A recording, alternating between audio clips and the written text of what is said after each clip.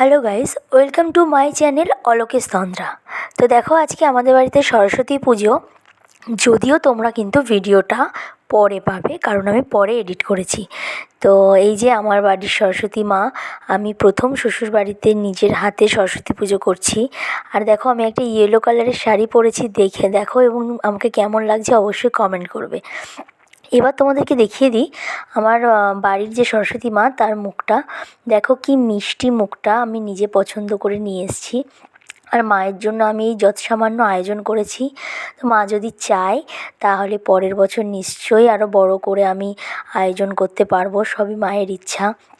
তো নিজে নিজে গুছিয়েছি।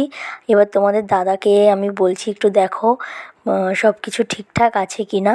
ওর একটু পিছনে লাগছিলাম। তো এবার ওকে কেমন লাগছে অবশ্যই জানিও। আর এবার অপেক্ষা হচ্ছে পুরোহিত মশাই।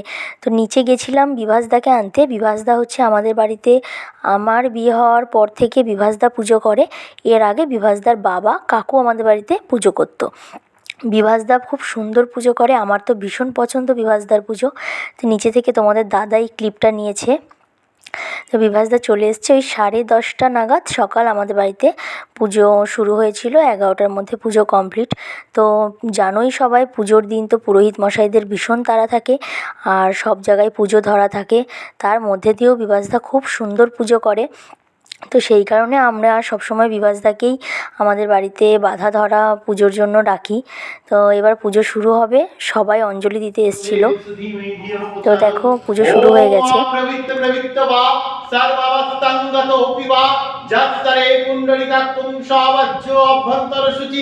ওম শুচি ওম শুচি ওম শুচি ওম ব্রহ্মণ্য দেবায় গো ব্রহ্মণ জগদ্ধাত্রীয় শ্রীকৃষ্ণায় গোবিন্দায় নমো নমঃ ওম সর্বমঙ্গলাম।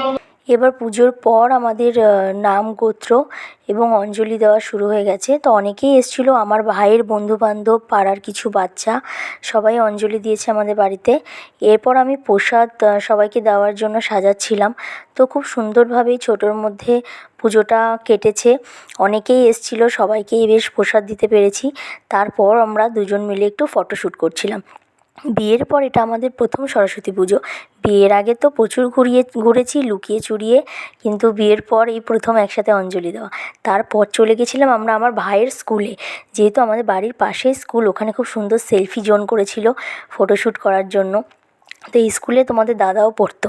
তা সেখানে গেলাম, একটু খিচুড়ি প্রসাদ খেলাম, খুব ভালো লাগছিলো। আর এই যে আমার ভাই, ওর স্কুল।